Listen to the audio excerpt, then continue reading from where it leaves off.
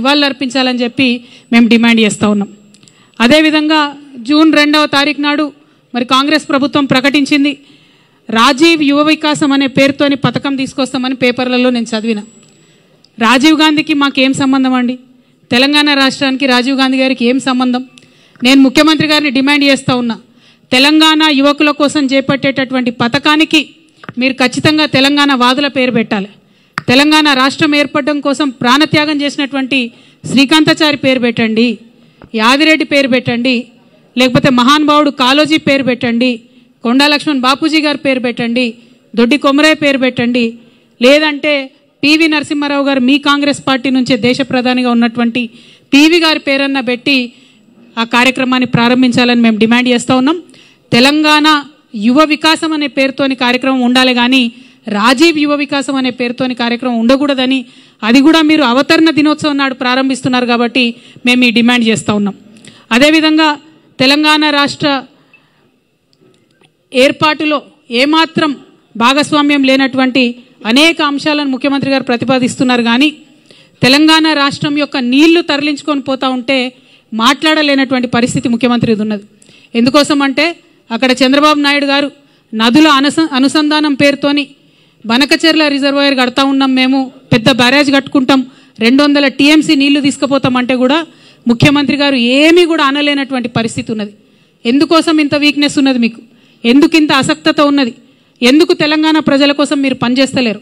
పక్క రాష్ట్రం ప్రయోజనాల కోసం మీరు ఎందుకు పనిచేస్తూ ఉన్నారు?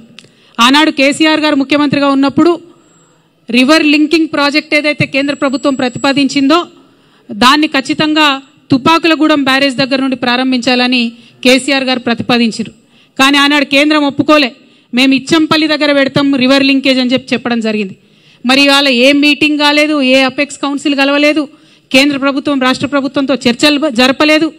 కేవలం చంద్రబాబు నాయుడు గారి డైరెక్షన్లో ఈ రివర్ లింకేజ్ ప్రాజెక్టు పాయింట్ పోలవరంకు తీసుకొని వెళ్ళడం జరిగింది. పోలవరం నుండి 200 టీఎంసీ గోదావరి నీళ్లను మొత్తం కూడా తీసుకెళ్లిపోతున్నారు. ఇవాళ గోదావరి కావేరీ లింక్ పేరు మీద చెన్నైకి నీళ్ళు ఇవ్వాలని చెప్పేటటువంటి వంక పేరు మీద గోదావరి నదీ నీళ్లు పర్మనెంట్గా తెలంగాణకు దూరం కాబోతా ఉన్నాయి.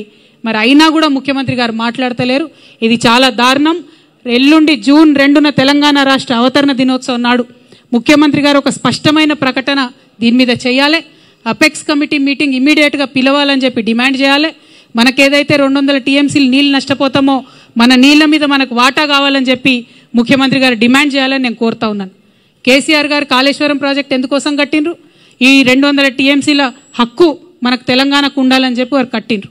మరి అలా కేసీఆర్ గారు కాళేశ్వరం కట్టి 4 సంవత్సరాలుగా ప్రతి సంవత్సరం 20 లక్షల ఎకరాలకు నీళ్ళు ఇస్తుంటే మీరు చూసి ఓర్వలేక ఇవాళ కేసీఆర్ గారికి నోటీస్ ఇచ్చిరా? 1 కోటి ఎకరాల మాగాణం తెలంగాణ చేసినందుకు కేసీఆర్ గారికి ఇలా మీరు నోటీసులు ఇచ్చిండ్రా?